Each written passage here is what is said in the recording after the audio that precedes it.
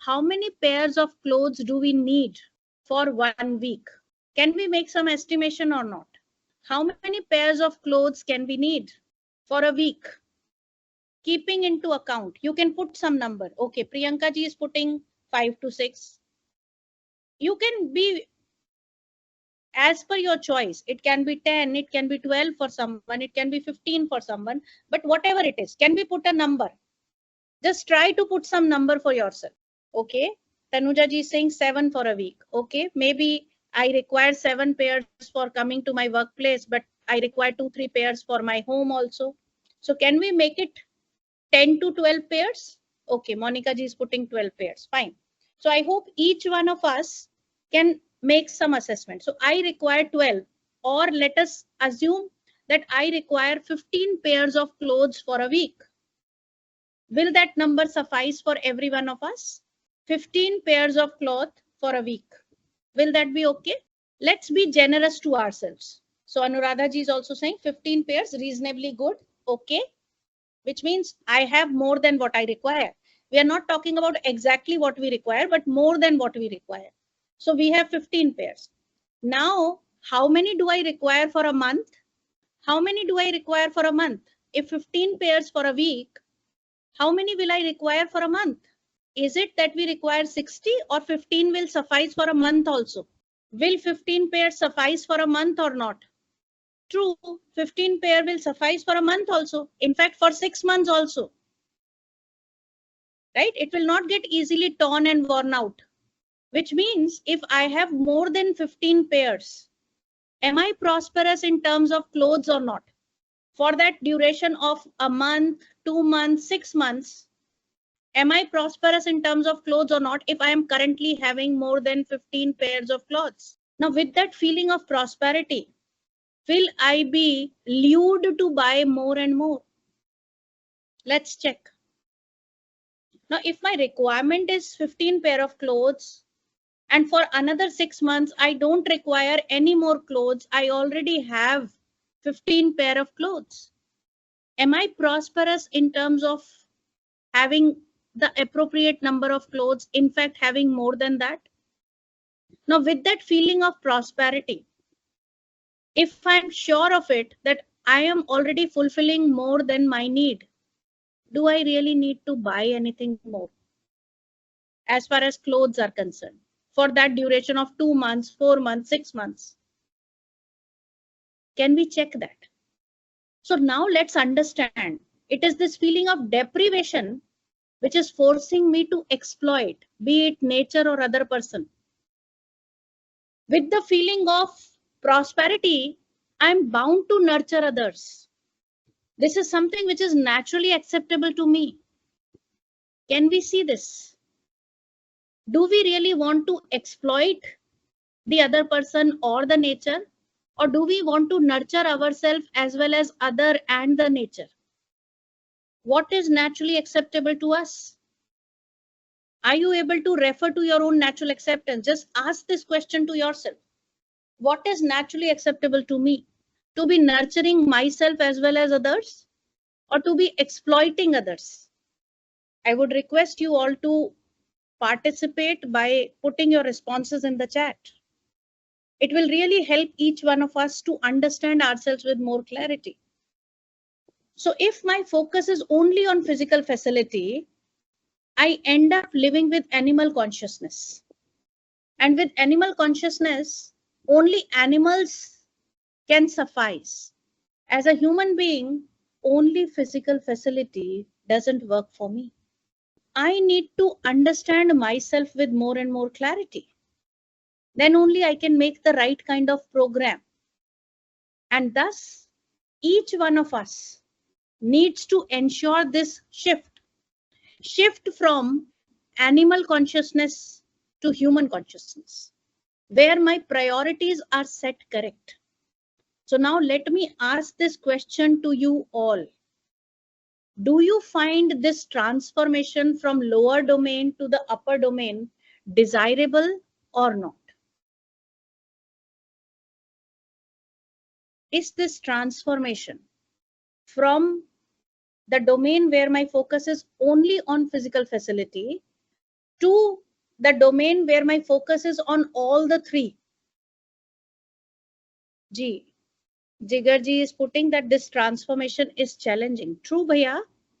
Whatever skill set we have acquired, we have taken a lot of effort for that. So if right now we all are sitting as professors, teachers, faculty members, we have taken so much of effort. Then only we have developed this capability in us that we can discuss some technical content to our students and help them understand. It requires lots of practice. I cannot reach here without that practice. So this transformation will definitely require effort from our end. Just by listening it once will not bring that shift. But let's see, is it desirable? Because whatever I find desirable, I start prioritizing that for myself. Can we see that? The first thing is, can I see, is this transformation desirable? Then I'll make the priorities, because it is me who is taking that decision. Okay, Bhaiya, you are asking some question. Good that you are asking that. If you can raise your hand, we'll provide you with mic. Bhaiya is saying that. Ji, please go ahead, Bhaiya. This is Pankaj. I may be incorrect in my understanding of animal consciousness, but what I understand is that animals, let's say an animal, basically they are looking for satisfying their basic needs. So food, environment where they want to live. Let's say if it's a carnivorous animal, it will decide its space. But just thinking, is that they're just looking for their basic need, or they are looking for exploitation or deprivation of others, or they are going for want? Just trying to understand these different challenging thoughts. Ji, Bhaiya, very important question, Bhaiya. So now let's understand. First thing is, are we able to see that animals and human beings are different from each other? Now, a lion is never bothered whether my den is small or not as compared to the other. It doesn't bother a lion. A lion needs a den. That's all, right? But when I look at myself, I have hundreds of things which I have kept to myself. Without really working on them, I have dumped so many notions within myself. So we are trying to look at ourselves with more clarity. So we are not degrading animals. We are just saying that if somehow our focus is centered only on physical facility, it doesn't suffice for us. For animals, physical facility is more or less adequate. So they require food, just like you mentioned that their focus is on basic needs. They require food, they require shelter. And once they get it, they are comfortable. There is no mutual competition regarding my den should be the best. That doesn't happen. They might fight for prey because they have to hunt and feed. So the living of an animal is focused that way. But if you look at yourself as a human being, relationship anytime when you are aware of it holds a higher priority than physical facility. So when you are related to someone, for example, very trivial example, if you enter a bus with your grandfather, right? The moment you enter the bus, you start looking for one seat for your grandfather or not, because you find that relationship with your grandfather and you can see that the body is fragile. So you are immediately looking for a seat. There may be another instance when you are sitting comfortably in the bus, somebody might come and stand next to you. But if you are not feeling related to the other person, probably you may not get up. But the moment you look up to the other person and you have this relatedness that, oh, look, the body of the other person is frail, you immediately get up. It happens. It is naturally acceptable to you. So the moment you see that relatedness, you put relationship at a higher priority than physical facility, and that happens. If we look at animals and observe their behavior carefully, animals feed themselves first and feed their babies later. This is a common observation. But for human beings, we can see when we are able to relate, this relationship holds higher priority than physical facility. So a mother will keep herself hungry to feed the child. Will that happen or not? And that's why we are saying that if somehow I only focus on physical facility, I continue living, but there is a sense of deprivation within me. There is unhappiness within me. And I tend to exploit unknowingly. I tend to deprive others. I tend to be caught up in a loop of accumulation. So I need to understand myself as a human being.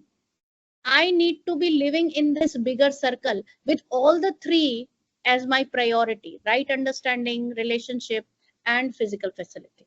And of course, it requires effort. We need to take that effort. Without that effort, I cannot ensure my living with human consciousness. So with UHV, that is Universal Human Values, we are trying to ensure understanding. If I look at my own living, each one of us is living as an individual. When I understand my value for myself, I ensure happiness within me and health for the body. I am part of family. So when I understand my value in the family, I ensure right feelings at the level of family. So there is a feeling of relationship cultivated at the level of family and a feeling of prosperity. I am part of society.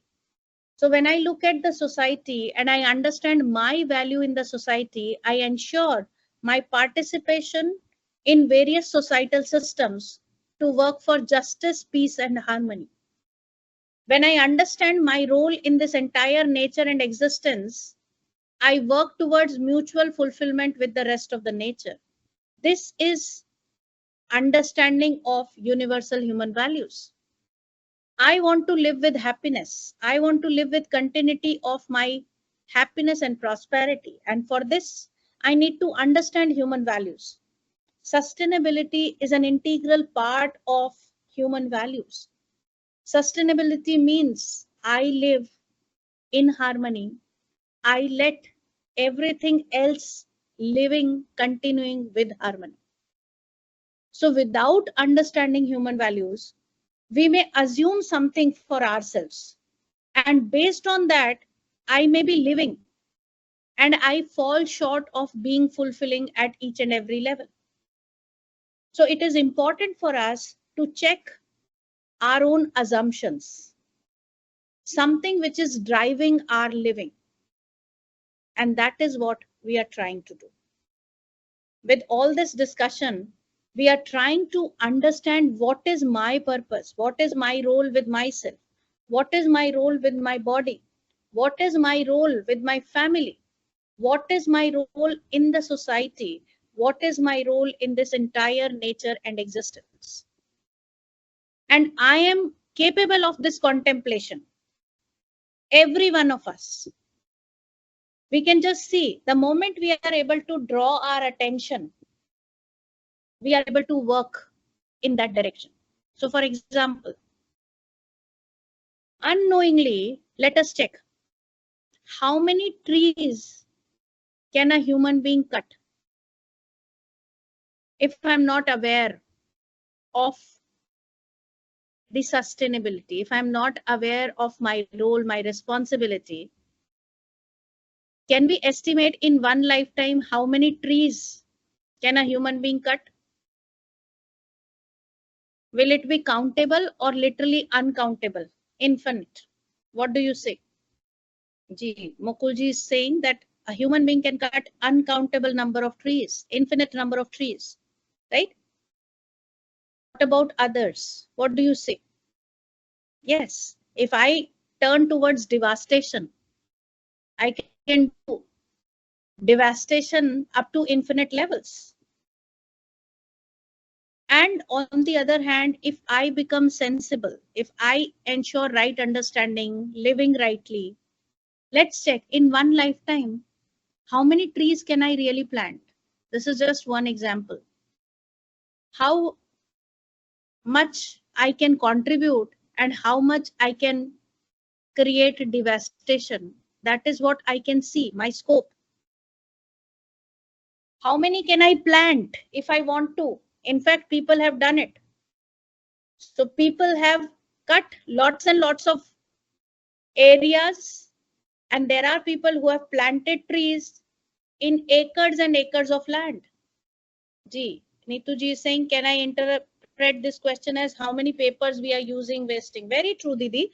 The moment we start looking around, we'll start understanding our role, our responsibility. One who understands one's own role and responsibility lives by it. Now, my living will indicate what I have understood, not the information that I've collected. Google is not learned. Google has lots and lots of information, but Google doesn't live by it. If I have mere information, but I'm not living by it, that is not wisdom. That is not knowledge.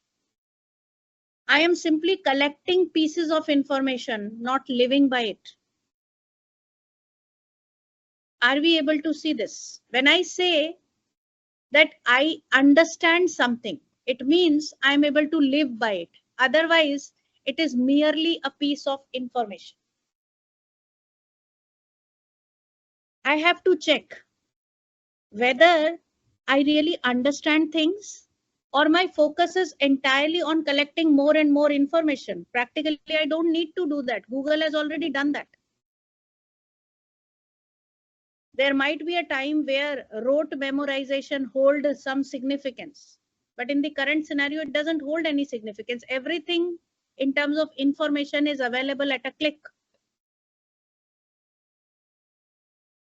So what I need to ensure is understanding. I need to understand myself as a human being, as an individual. What do I want? Do I just want to live, survive, which means my focus is only on physical facility? Or do I want to live with fulfillment where I am seeking feelings from others? Or I want to live with continuous fulfillment where I ensure right understanding within myself. With that right understanding within me, I interact with the other with right feelings. I interact with the nature with right utilization at the core of it. Where and how do we want to live? A, B, or C? What is your choice? Can we see this? What is the choice that we want to make for ourselves? Nice that we all are reflecting. This reflection that is going on within me is helping me to see what I want and what is my current state. Where are we today? Neetuji is putting living without regrets. Do you want to live with happiness or not? Do you want to live with continuous fulfillment or not? This is your basic desire. You have to just ask yourself. When I say I want to live without regrets, what am I trying to put forth? I don't want to live in contradictions, which means I want to live with happiness. I have to see this for myself. As a society, what are we aspiring for? Families living together in relationship of mutual fulfillment with some common goal, or individuals living together but not in relationship of mutual fulfillment, or individuals living separately in opposition in struggle. What do we want as a society? A, B, or C? Are we progressing towards it? That is what we have to check. Where do we want to progress as a society, as human aspiration for a society? What should be our aspiration? A, B, or C? What do you say? We can just check. What is our current state? Are we living as families together in relationship of mutual fulfillment with common goal? Or our current state is different from it? What is our current state? Supriya ji is putting that the current state is slightly close to C. G. Either we are at B or at C. But what we want? Can we see that we want something But our current state is different from that, which means there has to be some effort so that I can reach where I want. And this is how I'm going to work for it. Which means, let me first realize what I want, my natural acceptance, my intention. What I want is to be in relationship. But if I look at my current state, there is sometimes relationship, there is sometimes opposition. This is what is my current state. Let me start this dialogue within me. Let me start asking this to myself. Whenever I want to be in relationship and I am in relationship, that is leading to harmony within me, happiness within me. But if I want to be happy, I want to be in relationship, but I end up being in opposition, there is this inherent contradiction in me. We can just check.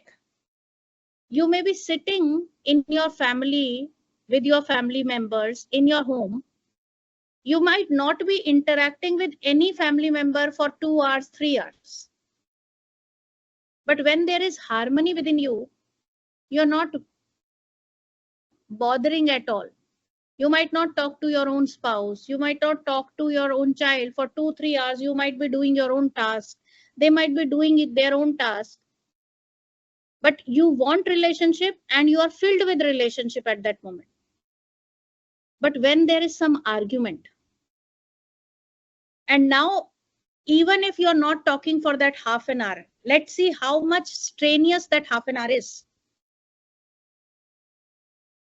How much contradiction is going on within you. For that half an hour when you are not talking to your own spouse, when you are not talking to your own child, when you're not talking to your own family member. So you want relationship, but right now there is feeling of opposition in you, and that is bothering you. Can you see this? Now, through this dialogue that we are trying to initiate, we are trying to explore so that we start minimizing this gap. Surbhi is saying, can I explain this once again? Okay, what I'm saying is, I have this natural acceptance to be in relationship.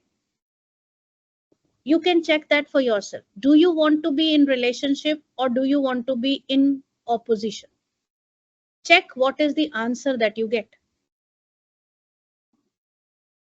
Now, I want to be in relationship. Whenever my current state is that I am in relationship, I feel happy. But when I want to be in relationship, but my current state is that I'm filled with opposition, there is this unhappiness, contradiction within me, and I want to get rid of it. And we can just check.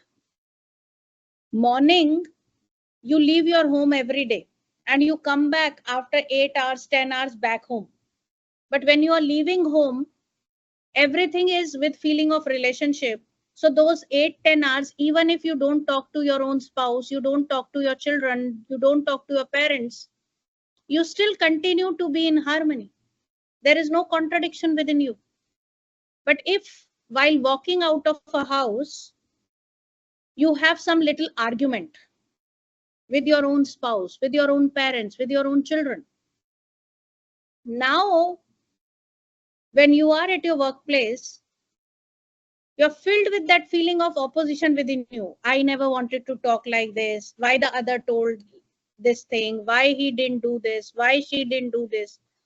Now, all that inherent contradiction within you is an indicator that you want to be with relationship, but your current state is right now that of opposition, and that is unhappiness. Can we see this?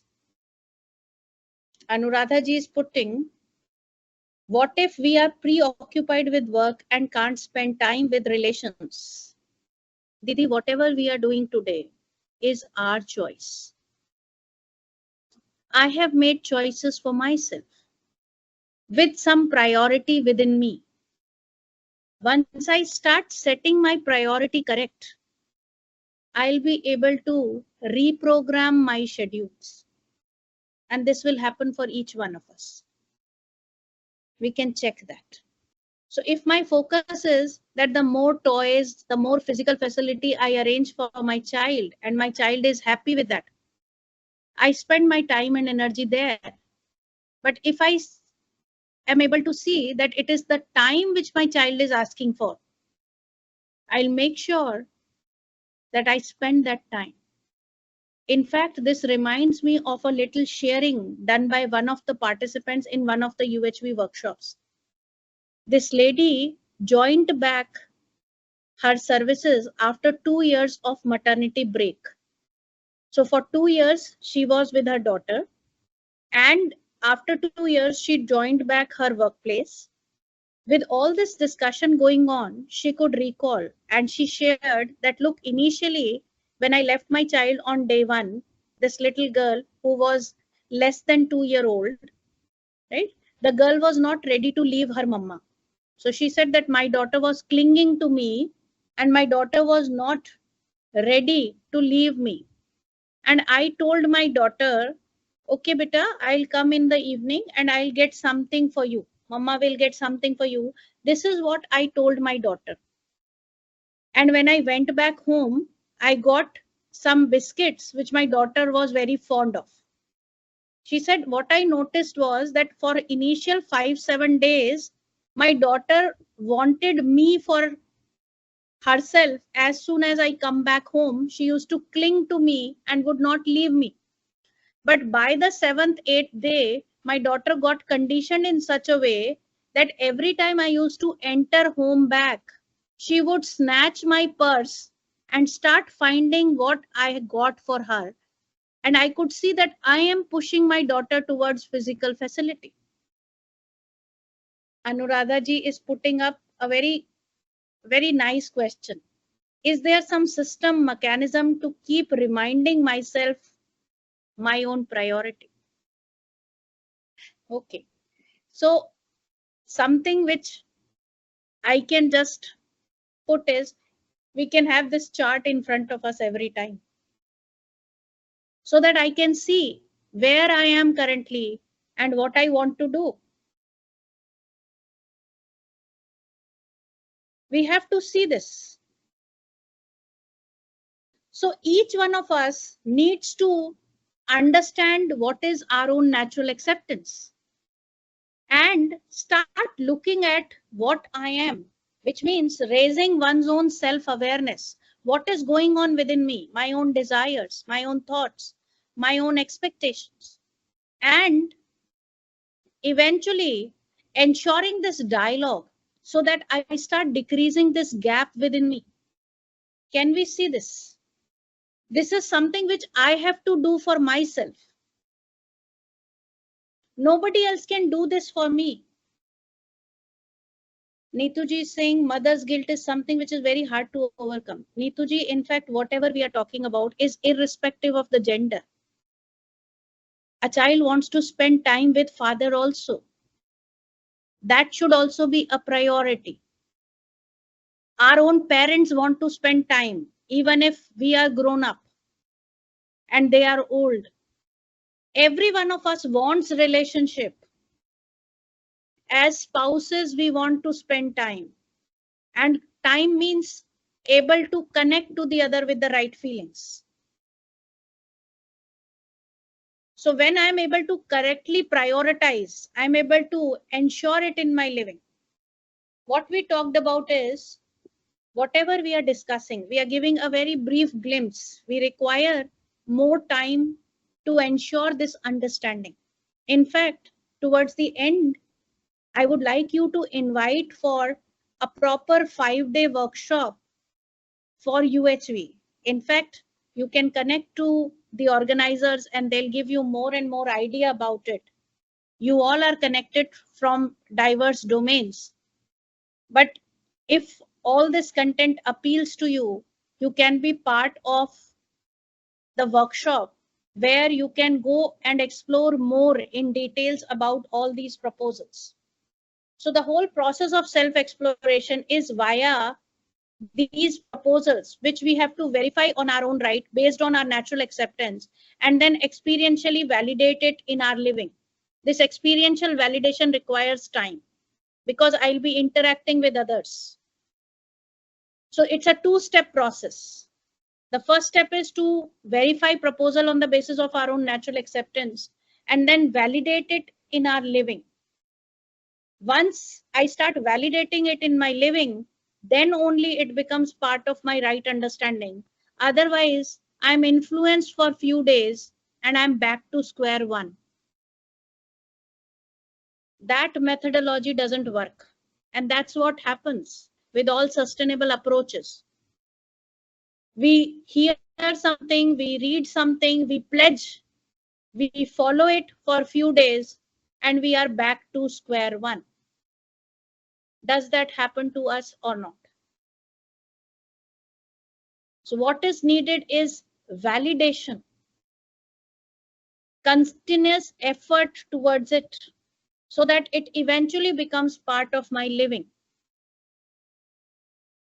That is what we are trying to work upon. And we can check which process is naturally acceptable to you. A process of self-exploration, self-verification on your own right, which is leading to understanding within you, or somebody else prescribing you some do's and don'ts, which you have to follow. Which process is naturally acceptable to you? Self-exploration, self-verification, or a process where somebody gives you guidelines and you are just asked to follow? What do you say? We all can check this. You are seeking answers from yourself. I'm only facilitating you to ask the right questions. With practice, these questions are coming to you only. We talked about happiness. We are going into more details of it. Happiness is to be in harmony. And whenever I am not in harmony, whenever there is no harmony, that state is unhappiness. This happiness is different from excitement. Excitement we can put as temporary happiness. So whatever we are doing till date, we have to check whether I can do it in continuity, then only it can refer to my happiness. Else it is some sort of excitement. So we are looking at this whole program to ensure happiness and prosperity in continuity, where we are looking at harmony at each and every level.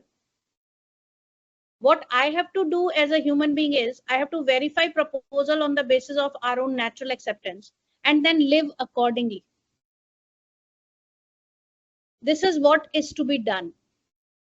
So we'll take a little glimpse of it by verifying each and every proposal for ourselves. So we talked about this little example of clothes.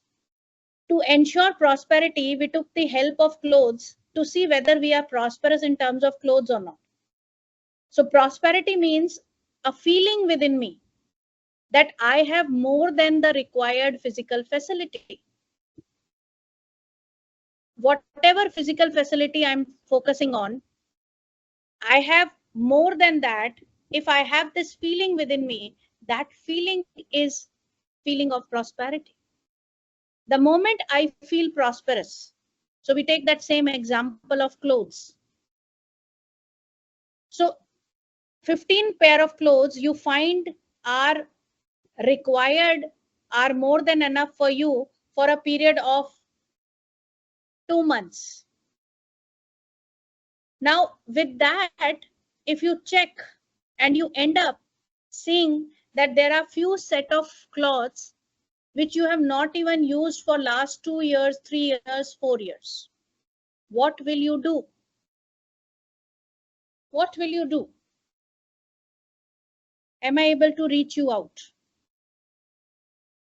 You checked how much you need and you could see that 15 pairs are more than enough for you for the next 2 months.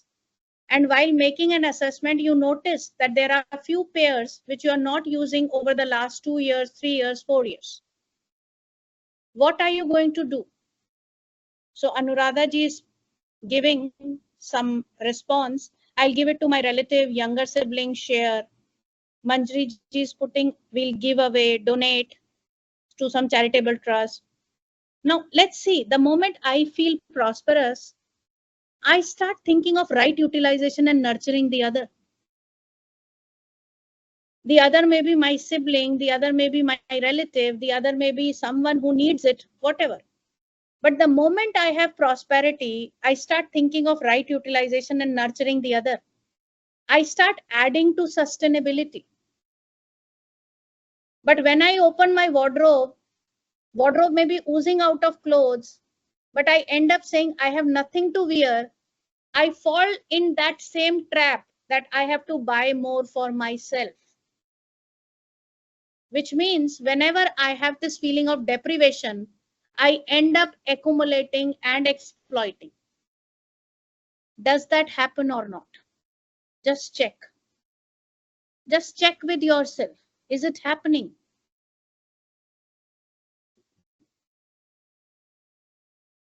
So with all this discussion, we want to move on to understand ourselves with more clarity. So let's focus on understanding ourselves as a human being. That's the starting point. G. So Om Ji is putting up a point that no point in giving away if we return to the same feeling of deprivation in 6 months. Very true, Bhaiya. We have to understand that my cup needs to have a bottom. This cup of needs, which I have, if it doesn't have a bottom, I will never ever be able to fill it. So I need to get more and more clarity about how much I need, which will only come with right understanding. And we are working towards that, very slow, but still working towards that. G. Tanuja ji is saying feeling of prosperity has to be sustained. Very true, Didi. It has to be sustained. But this feeling of prosperity can only be ensured with right understanding. And we are taking that step for ourselves. So let's understand by the process of self-exploration ourselves as a human being. So let me put this proposal to you. As a human being, I coexist with the body. These are two realities. A self coexisting with the body is making a human being. This coexistence of the two realities, the self and the body. And let's try to understand it. So let's look at some of our needs as a human being. As a human being, I need physical facility. I need food, I need water, I need oxygen, I need clothes. Now let's check. Who needs the food? Is it the self or the body? What do you say? The food is to nurture the body. The cloth is to protect the body. The oxygen is to continue the process of respiration for the body. So there are physical facilities which are needed. And if we look carefully, we can see that whatever physical facility is needed is for the body and is required temporarily, which means it is required with gaps. Can we take in food continuously? We have to give gaps, right? Can we take air continuously? Or we have to first breathe in and then wait to breathe out? So anything in terms of physical facility is required for the body and it is required in limited amount. So I don't require unlimited food. I require limited amount of food. I require limited amount of water for the body. Now let's look at another set of needs. Happiness is something which I want. Respect is something which I want. Trust is something which I want. Love is something which I want. All these feelings that I want. Do I want them the same way I want food, or do I want them continuously? So when I look at the need of the self is happiness, respect, which I want continuously. And it cannot be defined in terms of some quantity. It is qualitative. Can we see this? So as a human being, there are two distinct set of needs, one pertaining to the body and the other pertaining to the self.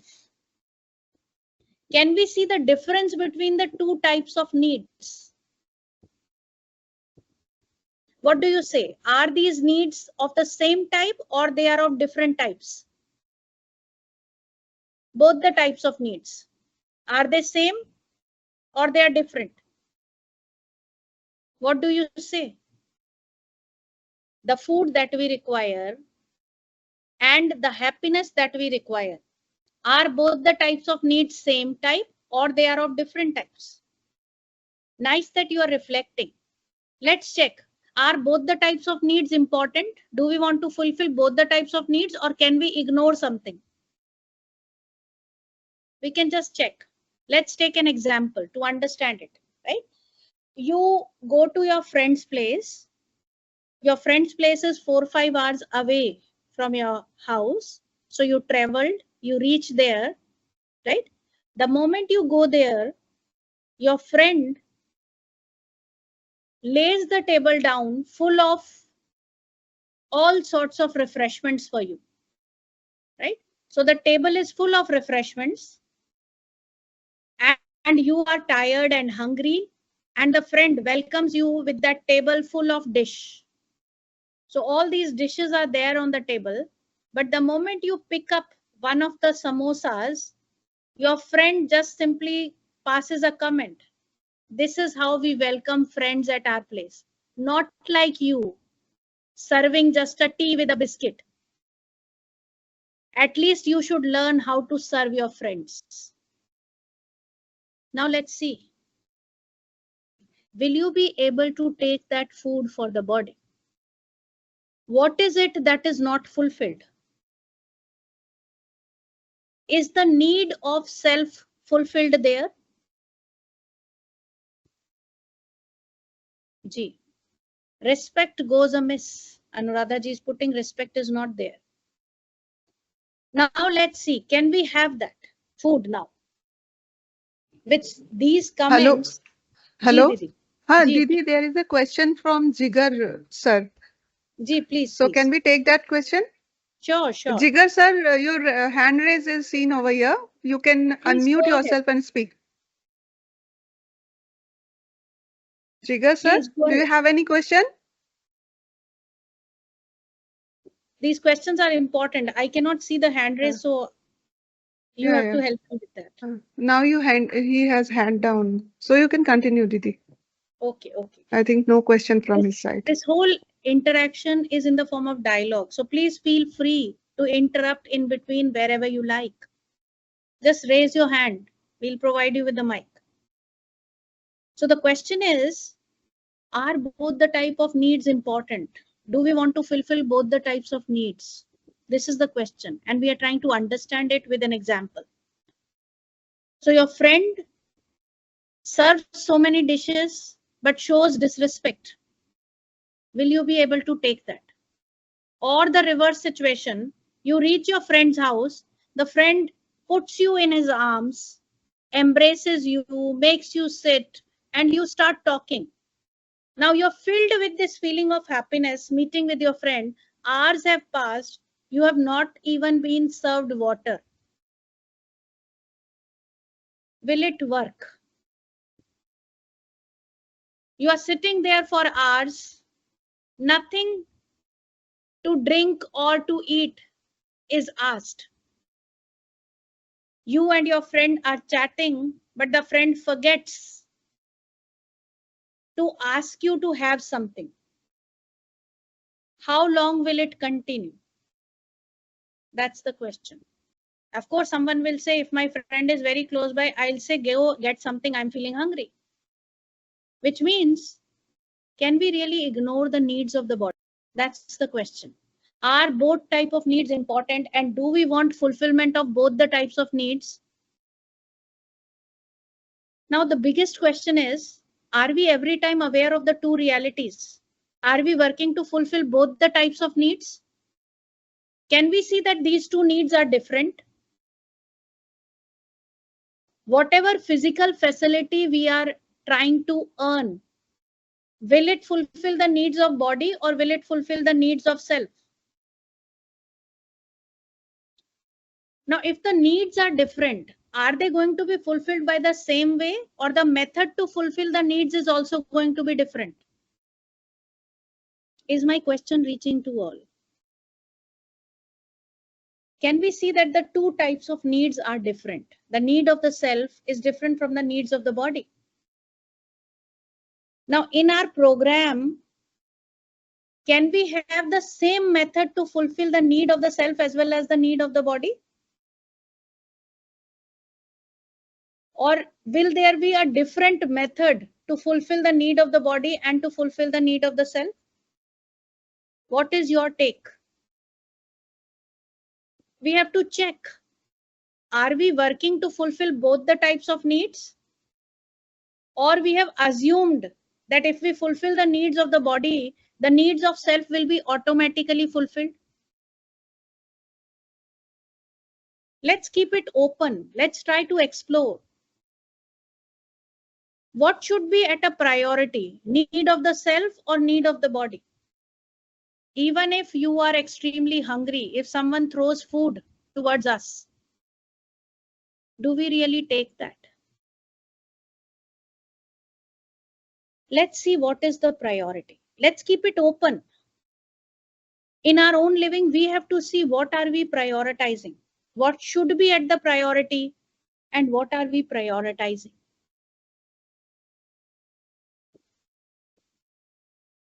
Surbhi ji is putting that all our effort is most of the times towards physical facility. Very true, Didi. We have to observe ourselves more carefully. The need for physical facility is for the body, which is temporary, intermittent. It is required in limited quantity, and this can be fulfilled by physiochemical things which we get from the nature. But the need of the self is happiness, respect, which we want in continuity, which is qualitative in nature, which can only be fulfilled by right understanding and right feeling. Both the types of needs are different, so the way in which they can be fulfilled is also going to be different. We have to check that. The needs of the body are to be fulfilled by physiochemical things. So just by ensuring right understanding, right feeling will not lead to fulfillment of the need of the body. Of course, right understanding is needed, right feeling is needed. So with right understanding, I'll decide how much food to eat. I'll not overeat. I'll not overconsume. But to fulfill the needs of the body, I require physiochemical things. It can't be ignored. But similarly, the needs of the self cannot be fulfilled by physiochemical things. Now, who requires car? What is the purpose of the car?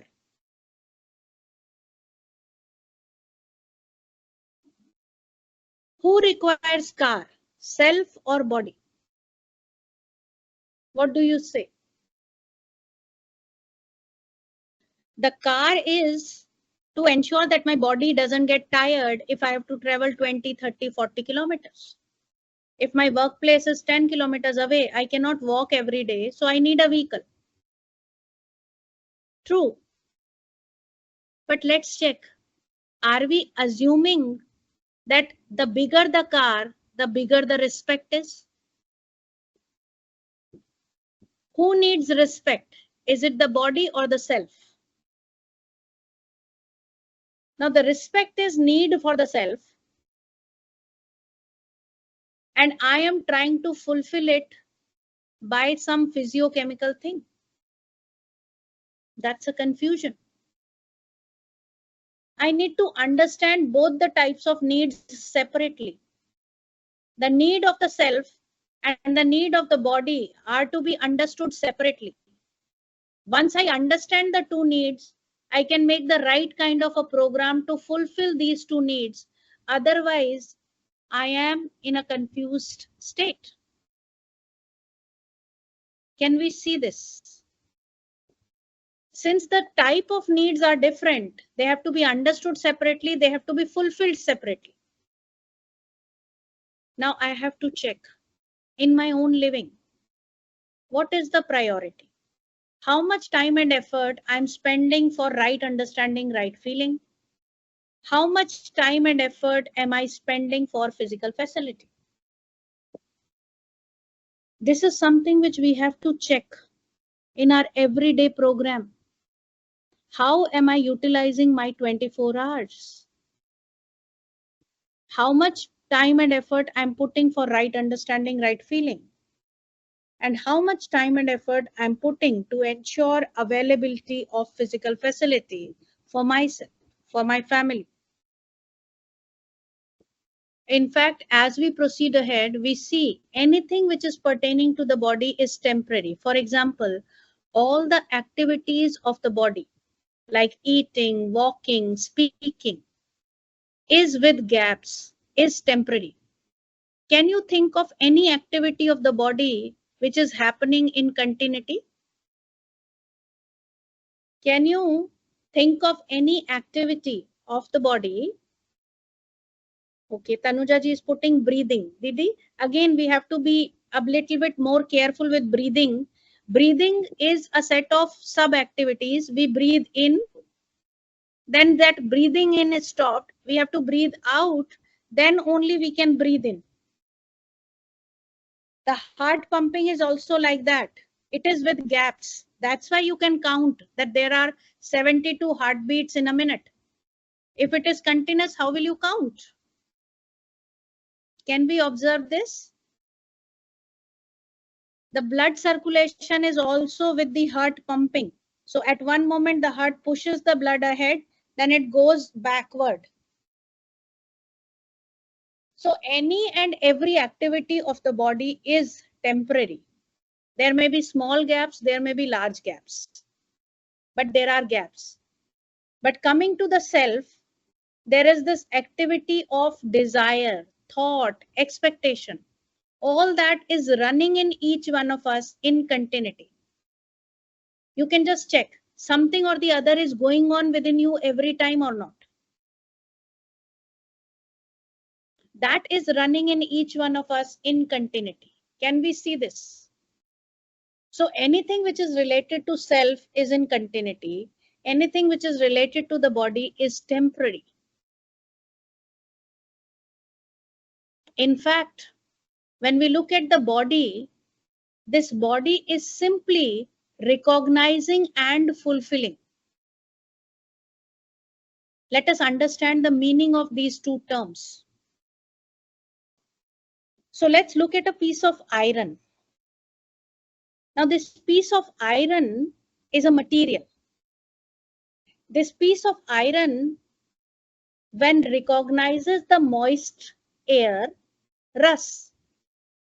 So the piece of iron recognizes the humidity content of the air and accordingly fulfills by rusting. If the air is dry, it simply doesn't rust. So a piece of iron is capable of recognizing and fulfilling. Can we understand that? Recognizing is to know the other unit and fulfill it by way of interaction, whatever is going to happen. So the iron recognizes the moistness of the air and fulfills by rusting. When the air is dry, the iron recognizes the dryness of the air and doesn't rust. The body is also material. The body is also similarly recognizing and fulfilling. So for example, if I have a sharp iron needle and I prick it in the body, the needle being sharp will prick in the body. So the body recognizes the sharpness of the needle and fulfills by allowing it to prick. If instead of that iron needle, I have a cotton needle, a needle made up of cotton, and now I try to insert it in the body, a cotton being much softer than iron will not insert into the body. So the body is recognizing the other material and fulfilling accordingly. So with iron, it has a different kind of fulfillment. With cotton, it has a different kind of fulfillment. If the needle is sharp, it will prick. If the needle is blunt, it will not prick. So the body is simply recognizing and fulfilling. Looking at the self, suppose you assume that the person who is holding that needle as a part of injection or syringe is a doctor. Now what you do is you are presenting the body to the doctor to insert the injection. But someone comes running to you and tells you that this doctor doesn't have a valid degree. Now, the moment you get to know that the doctor doesn't have a valid degree, your assumption changes. This doctor is a fraud. Nothing is changing in the body. Only at the level of self, your assumption changed, and now you will make all possible attempt to run away from there so that the doctor may not inject. Will that happen or not? Again, somebody comes to you and says, oh, look at yourself. Don't you remember the date today? It's 1st April. I was trying to fool you. The moment your assumption changed, you are again relaxed. Oh, please, doctor, go ahead, put the needle into me. During this whole duration, nothing changes at the level of body. What is changing is your own assumption, and based on your assumption, your recognition and fulfillment. Can you see this? Am I helping you to get more clarity about yourself? So for the body, there is simply recognizing and fulfilling which is happening. It's this assuming which is happening at the level of self, which is leading to a shift in our own recognizing and fulfilling. This assumption is something which I have accepted. It can be based on knowing. It cannot be based on knowing. That is something which we can see. When we say knowing, knowing means to see the reality as it is, to understand the reality, which is definite. Assuming means I have some assumption. It may be based on reality. It may not be based on reality. So as a human being, when I'm assuming only without verifying, this is problem domain, because I am governing myself by some conditionings, by some assumptions, which are not based on reality. So my assumptions keep changing and my conduct is indefinite. So my recognition and fulfillment keeps changing. But when I am able to verify things on my own right, I start making my assuming based on knowing. This knowing through self-verification on the basis of our natural acceptance is ensuring that our assumptions are definite and our conduct is also definite. This is the role of human education sanskar. Are we able to see this? As long as I am only assuming, recognizing, and fulfilling without verifying, without self-exploring, I am in a problem domain. My remote is outside. Somebody else, maybe environment, maybe surrounding, maybe people are governing me. My assumptions keep changing and my conduct is indefinite. With knowing, with self-exploration, with self-verification, I start shifting from problem domain to resolution domain. Are we able to see this? If there are some questions, some queries, we can definitely take that. So anyone who would like to ask some question. Any question, participants? Please raise your hand. I will provide you mic. Okay. Ji. So I'll proceed ahead and you're free to interrupt in between. This is not very formal kind of discussion we are having. Ji. Ashya ji is asking what is resolution here? Living with clarity, right? Where there are no confusions. Living with a definite human conduct. And we are proceeding towards that understanding. We are slowly trying to work on that. Whatever we are discussing over here is just a glimpse of what requires more detailed descriptions and more time. But once you make up your mind, we can have more discussions. People are spending time to ensure more and more understanding in their own living. So looking at these two realities, the self and the body, what we see is that as a human being, this consciousness and material coexist. These two realities coexist, and that is what is making me a human being. If I don't understand these two realities, I end up living a life of contradictions. I end up being driven by so many misconceptions. And I need to ensure this understanding for myself. When I understand it, I can see that when I'm only working for physical facility, I will only be able to fulfill the needs of the body. And with that, my needs of the self remain unfulfilled. And that's why, again, we are coming to that bigger circle where I can see that 1 and 2 are related to the needs of the self. With that clarity in me, I am able to ensure fulfillment in my living, where I fulfill the needs of the self as well as fulfill the needs of the body. When I look at the needs of the self is continuity of happiness.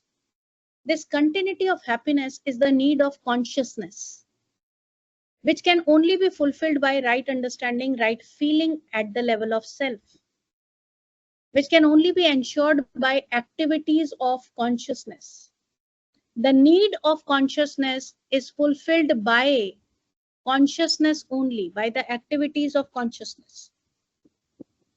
The needs of the body are different from the needs of the self. I need to ensure fulfillment of both the types of needs.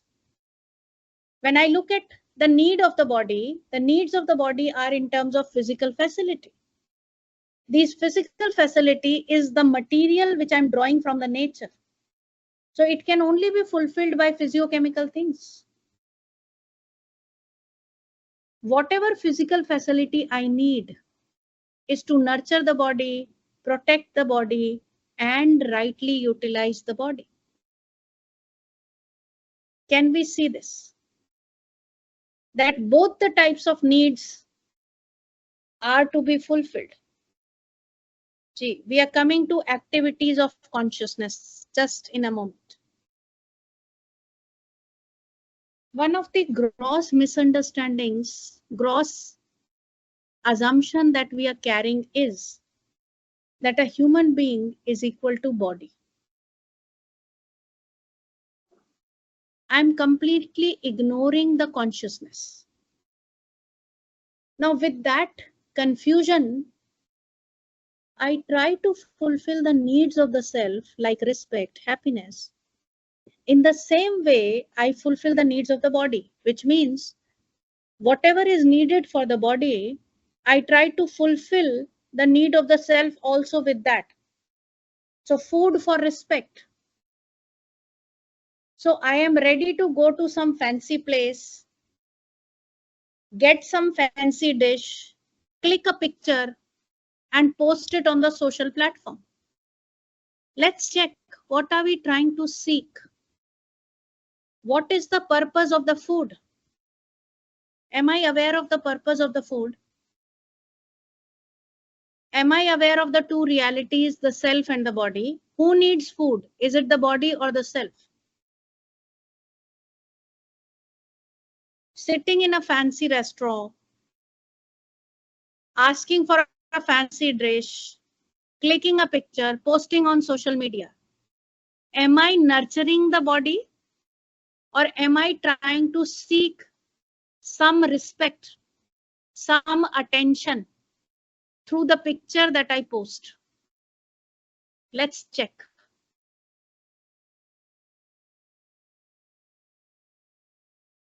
Now, with this gross misunderstanding, something which I want in continuity at the level of self, I'm seeking it from physical facility. So I have this gross misunderstanding that I need physical facility in an unlimited amount. With that gross misunderstanding, I am trapped in a loop. I am accumulating more and more, and I'm continuing with a sense of deprivation. We all need to check this. Are we caught up in this loop? We have to see, are we seeing self and body as two distinct realities, or we are confusing ourselves to be equal to body, and somehow we are caught up in this loop where with the feeling of deprivation, I continue making more and more effort for physical facility, and I keep accumulating more and more, and yet continue with the feeling of deprivation. What do you say? Let's check. Are we somehow caught up in this loop? If there are some questions, some queries, we can definitely take that. It is important to interact. You can raise your hand so that you can get the mic and we can have a direct interaction. Whatever we have discussed till now, we are just putting that together. In our discussion over the last 40-45 minutes, we have talked about a human being as a coexistence of the two realities, self and body. The self is the consciousness, and the body being material coexist to make us a human being. The needs of the self and the needs of the body are different, and therefore they have to be fulfilled separately. The needs of the self is continuity of happiness, while the need of the body is physical facility. The need of consciousness is fulfilled by activities of consciousness, which cannot be fulfilled by material. And the need of material, that is the body, is fulfilled by material. The biggest misunderstanding is to assume ourselves to be body.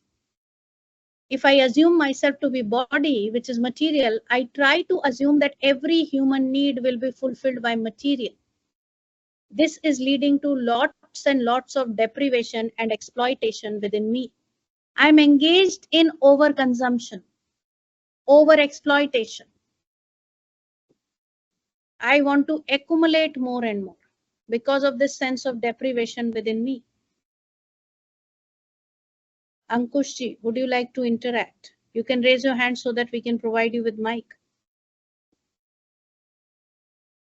Ji, Anuradha ji is putting that we want acknowledgement, attention from our people. We have to check, Didi. Respect is something which we want in continuity.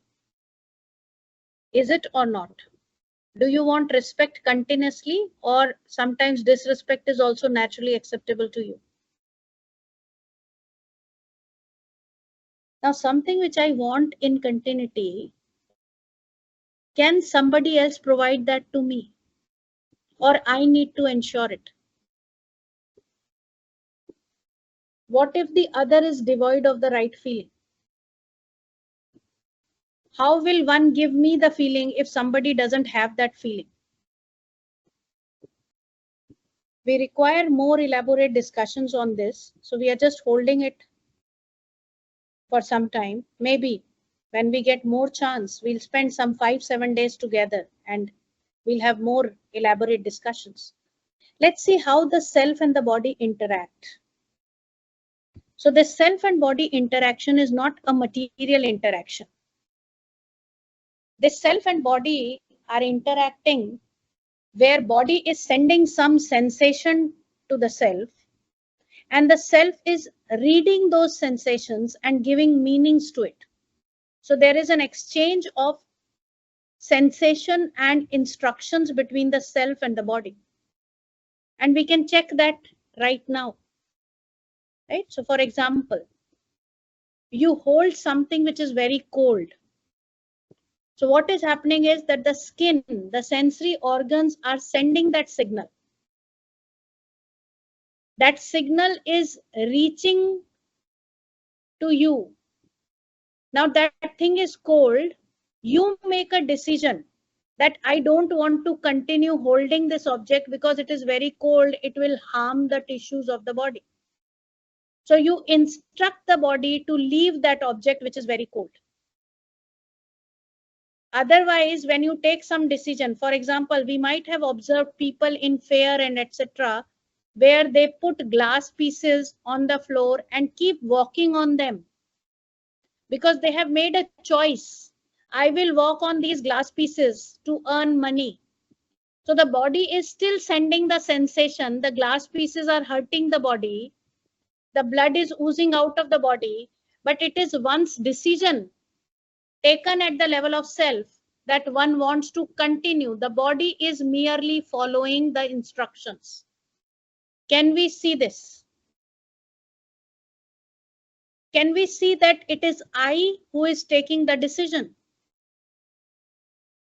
For example, right now somebody might get a sensation from the body that the body is hungry, wants something to eat. But you make a choice that, look, I am in the middle of session. I have to complete it in another 15-20 minutes. After that only I'll go for lunch. So the body itself will not run away.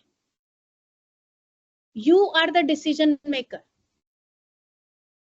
You are using this body as an instrument. Since this body is my instrument, it is my responsibility to nurture the body, to protect the body, to rightly utilize the body. Whatever I require to nurture the body, to protect the body, to rightly utilize it is in terms of physical facility, which is going to be limited because anything related to the body is limited. Can we see this? Can we see that I am the seer, one who sees everything? I am the doer. I am the enjoyer, experiencer. And I am using this body as an instrument for the fulfillment of my program. So the sensation comes to me. I give a meaning to that sensation. And I instruct the body. The body is merely following my instructions. So I am choosing the words to speak. But this body I'm using, the vocal cords are working so that that particular sound should be produced and the word should reach you. This body is following my instructions. Can we see this? What do you say? We can just check. I am the seer. I am the one who understands these sense organs. This body is passing that information to me. It is I who is making an observation. I am the one who is doing everything. I am the decision maker. The body is not taking any decision. The body is following the decision taken by me. So when I choose to pause, I take a gap. When I choose to speak, I speak. I am the enjoyer. I am the one who experiences happiness, unhappiness. I am the one who feels enthusiastic. I am the one who feels depressed. This body is my instrument. So when I'm happy, I pass on this information to the body, so the heartbeat changes accordingly. So with all this discussion, we are trying to observe this proposal for ourselves, that it is the self which is central to human existence. The body is an instrument of the self. The role of the body is to follow the instructions coming from the self, and the information of the external environment is given to the self through the body. So this body is communicating that information in the form of sensation. Can we see this? Are you able to see that it is the self which is the decision maker, and this body is merely an instrument of the self? What do you say? So now we are trying to look at the activities of the self. So through this diagram, we are trying to understand the self. Whatever is at the level of self is in continuity. So these activities of desire, thought, and expectation are running at the level of self. And through this body, there is this exchange which is going on. So this arrow up, arrow down is an indicator of exchange of information between self and the body. Whatever I am expressing with the outside world is through the body, but the instructions are coming from the self. Within the self, there is this activity of desire, thought, and expectation, which is running in each one of us every time. All that put together is your imagination. So something or the other is running within you, and all that put together is your imagination. Whatever is there at the level of your imagination, Tanuja ji is mentioning, when the body is unwell, is in pain, the harmony will get disturbed. Very true, Didi. The body is in coexistence with the self. So anything goes wrong with the body, I will receive that sensation, right? And it will disturb the harmony of the body with the self. Very true. Very true. But it is the decision maker is the self. The self has to take that self-regulation. That is upkeep of the body. Whatever is going on within my imagination, an outcome of it is expressed as my behavior and work. And we can see this. When you have a bad day at your workplace, the time you come back, you sit on your chair, the way you interact with your own peon, the way you go back to your home and interact with the door, with the bell, with your own spouse, all that indicates your own behavior, your own work, which is a reflection of your own state of imagination. When you have a good day at your workplace, your behavior, your work accordingly shows a shift. So whatever is going on within my own imagination, my behavior, my work is expressing that. Does that happen or not? Some desire, some thought, some expectation is running every moment in each one of us. We can check that for ourselves, right? For example, let us understand what this desire, thought, expectation is. So suppose you have this desire of owning a car. I want to own a car. This is a desire, right? Now, which car to buy, whether to buy brand A, whether to buy brand B, which color to buy, all that is running in you are the thoughts. So thought is that analysis which is going on within you. And you have some choices. Oh, I want a red color car. I want this model. So you have some selection going on within you because you have some expectation from outside. My car should look like this. The color of the car should be like this. So this desire, thought, expectation is running in each one of us every moment. With every desire, we have some kind of an image. So I have some image of car or some image of house. I want to own a house. Whatever I analyze, compare, how to fulfill it, all that is my thought. And then what I decide to do is a part of my expectation. Now let's look at some source of motivation, how our desires are being motivated from. So let's check. If I have, suppose, this desire, I want to own a house. Now let's start putting a why to it. Why do you want to own a house? Now when you put a why, you seek answer for yourself. So suppose you get the answer, oh, look what people will say. I've been earning for 10 years. I couldn't even afford my own house. I'm still living in my parents' house. You may be very comfortable there. At least for investment sake, I should have a house. Am I not earning as much as my colleagues? They have got their own house. Why I should not have my own house? Now this desire of owning a house is coming from some conditioning within us.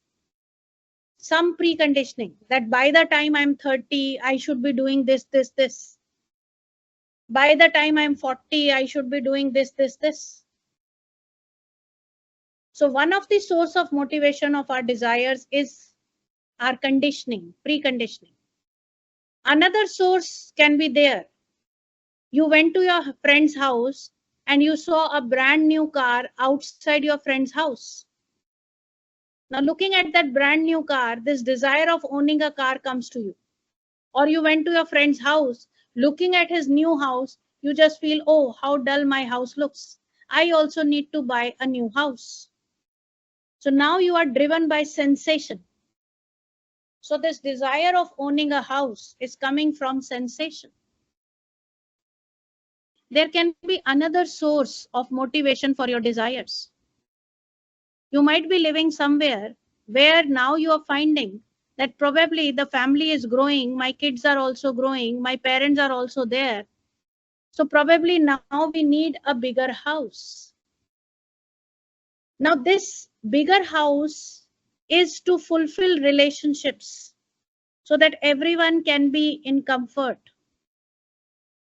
Now this desire of owning a bigger house is coming from your own natural acceptance. As long as you are driven by preconditioning and sensation, you are enslaved. But if you are driven by your natural acceptance, you are self-organized. Now we have to check. There may be so many desires which are piled up within us, coming from some conditioning, some sensation within us. It means our remote is outside. I am enslaved. Do you want to be enslaved? What is naturally acceptable to you? To be enslaved or to be self-organized?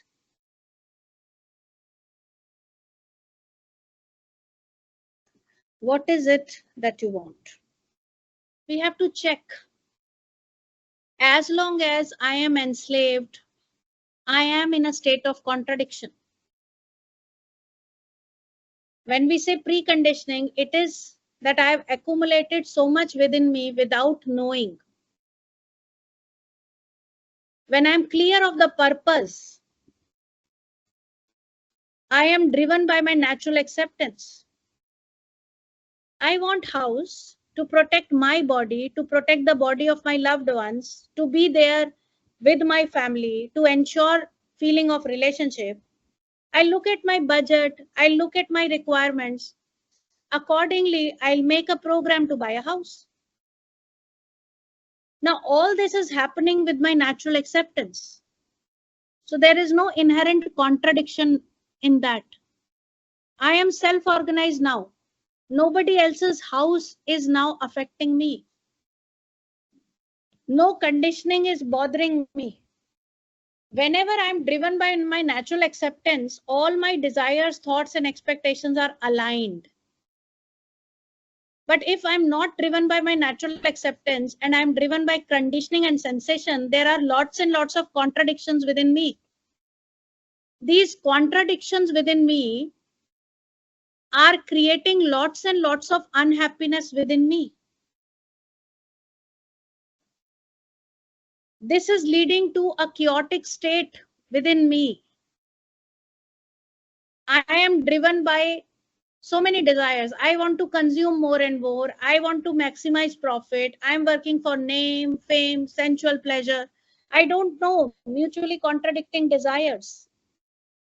And all this is leading to my living with lots and lots of assumptions. Problem domain. I am assuming and then recognizing and fulfilling in a very ambiguous manner. There is no certainty in my conduct. Can we see this? Whenever my imagination is random, disorganized, I am in a state of utter confusion. I am making myself unhappy. These contradictions in my desires, thought, expectations, all that is leading to large amount of contradictions resulting in unhappiness within me. What do I want? I want harmony at the level of self. That's the starting point. This harmony at the level of self is realized when there is no contradiction within my imagination. All my imagination is driven in accordance with my natural acceptance. I have to verify this for myself. I need to do lots and lots of exercises where I can verify all this for myself. In fact, when we conduct an 8-day program from 9 to 6, there are lots of activities which help us to see this inherent contradictions within us. Only we can understand our contradictions. If my state of imagination is random and disorganized, this red part is indicating how much I'm driven by preconditioning. This black part is indicating how much I'm driven by sensation. And this yellow part is indicating how much I'm driven by my natural acceptance. The more yellow portion I have, the more organized I am, the more harmonious I am able to live. More contradictions within me, more preconditionings, more sensation, more and more disharmony within me. What I want from myself is all my desires, thought, and expectation to be in accordance with my natural acceptance. This is something which I want, but I have to work for it. This is my current state. Competence is what I am, my current state, where some part of it is coming from conditioning, some part is coming from sensation, and some part coming from my natural acceptance. When I start working on myself, I start raising my competence so that at one point of time, I am completely guided by my right understanding. This is the time where my competence is the same as my natural acceptance. This is state of harmony. This is state of peace, bliss, satisfaction. I need to work for it. I need to take effort. When I ensure it at my level, I work towards harmony of the nature. Very quickly, I'm touching upon this so that we can see how harmony at the level of self is connected to harmony at the level of nature. Nature means all these entities. So all this nature can be categorized into these categories: physical order, bio order, animal order, human order. When we look at these physical order and bio order, they are mutually fulfilling to each other. There is this relatedness. Physical order enriches bio order enriches physical order. If we look at the animal order, again, all the three are having mutual fulfillment and enrichment. Physical order, bio order complementing each other, animal order also. So they are complementing each other. Every unit is enriching the other. We can see an uninhabited forest has all the three flourishing: the physical order, the bio order, the animal order. Without human intervention is flourishing. This is the problem domain. a human order. We seek everything from every other order, but we are not giving back.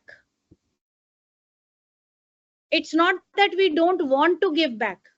Our natural acceptance is to be fulfilling. But without right understanding, we end up being unfulfilling. If I ensure this understanding, which requires effort from my end, and that's why this is an open invitation to all the participants over here to be part of the UHV workshops, where you get time to explore all these. Within this short duration, I've tried to give you a glimpse of this. What we can see is that the design of the nature is that of harmony. If you look at these orders, every higher order is dependent on previous order. So human order being on the top is dependent on all other three orders for existence. Our survival depends on them. Their survival doesn't depend on us. Physical order can stay on its own. Plant order requires physical order for its existence, for its survival. Animal order requires plant order and physical order. And human order requires all the three. This is the very design of the nature. When I understand this design, I see this inherent harmony at the level of nature. With this understanding, I'm ready to live in accordance with it. And for this, we require human education sanskar, which is essential. So an open invitation to you all to be part of 5-day, 8-day workshops happening around you. AICTE is already conducting these programs. Several colleges are taking up this initiative. We have given you a very brief glimpse of the whole subject, which is much more wider. So a very warm welcome to you all to be part of the team. We are a family. We all need to stay together and work. We'll spare more time together. Looking at the time now, I will stop my discussion for the moment. And whenever we'll get time, please be informed in that same group. The organizers will keep you updating about all that. With this, I'll stop the discussion from my end. So this was a glimpse of UHV. And I'll stop myself for this moment. Will that be fine, Didi? Yes, Didi. Now I request Monte sir to give the vote of thanks. Excuse me. Thank you so much, Didi, for your wonderful session and insights you shared regarding universal human values. Just if you can take some questions. Sure, Didi. I am available. Not, आवाज नहीं है ना?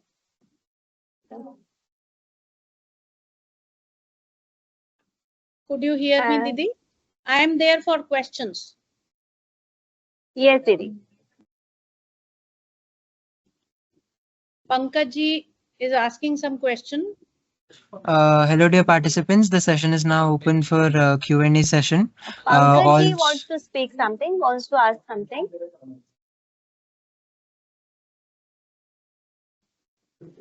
Pankaj ji, your mic is on. You may ask question. Unmute. Sure. Sure. Can you hear me? Ji, please go ahead. First of all, thank you and congratulations for the session. My question is around the last part that we were discussing, that you were talking about preconditioning, sensation, and natural acceptance. And I think it's a very relevant thing because a big part of your initial lifetimes, you are preconditioned. And this is what is happening in most of the places, whether it's in your environment or in your society or schools or anywhere. And there is no focus on natural acceptance, or the focus is very minimal. How can the education sector work on this? Because most of our education sector is focused around making persons skilled, to fulfill his basic needs through earning money. So everybody gets conditioned towards that. And by the time they understand that, there is a different need, which is natural acceptance, maybe there are a lot of contradictions, and so you go along, and a lot of other things which are influencing it. So what do you suggest that, how education system can help here? What I would At say an is early a lot stage. of effort is now being taken through various initiatives. Now that nearly whatever I was putting forth is the collective effort of last 40 years, but now the pace is very high. So you must have heard of universal human values being taken as a full credit course in all the universities currently. Most of the universities throughout India are already taking, and even abroad also. So we require more and more people. So the first and foremost thing I would request to all is to be part of the workshops so that you get to be more and more clear with the content. And as teachers, we are in process of this education where we keep transferring whatever we get to our own students. So uh, this we would like you to spend more time so that you can get more clarity with these proposals, and all that relevant information I would request Archana ji, Ranjita ji, all these organizers to keep you posted with that relevant information. Will that be fine, Bhaiya? Yeah, that's good. I'm just one more additional question to it.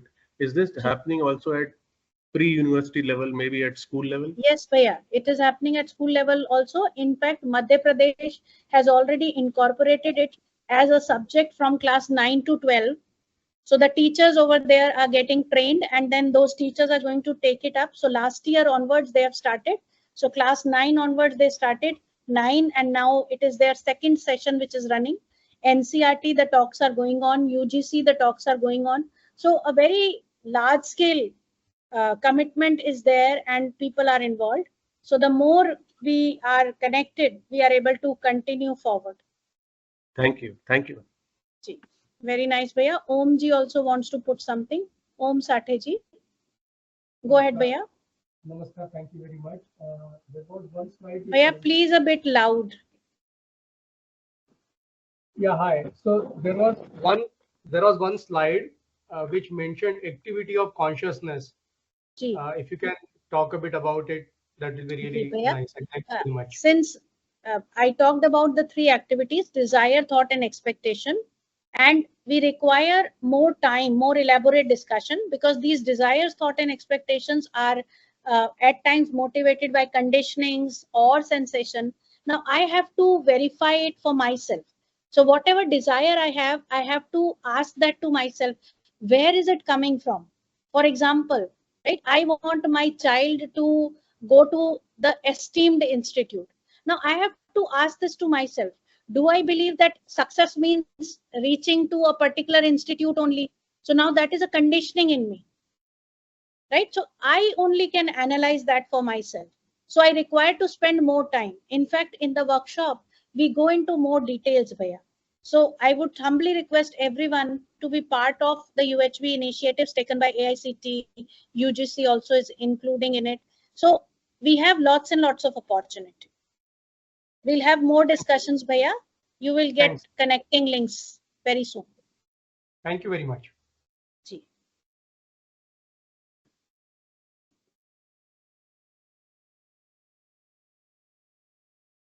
Ji, Didi. Any more questions?